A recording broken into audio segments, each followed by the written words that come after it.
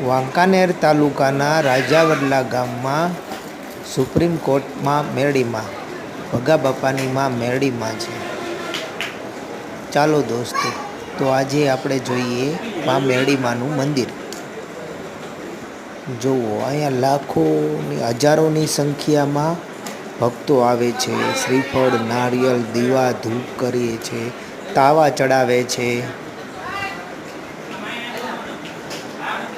તો જુઓ દોસ્તો, માં મેરડીમાંનું મંદિર રાજાવડલા ગામમાં આવેલું છે.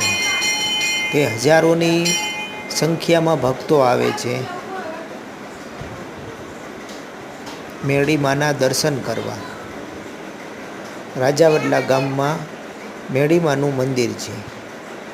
તો દોસ્તો જુઓ, સ્મશાનમાં બેઠા છે માં મેરડી.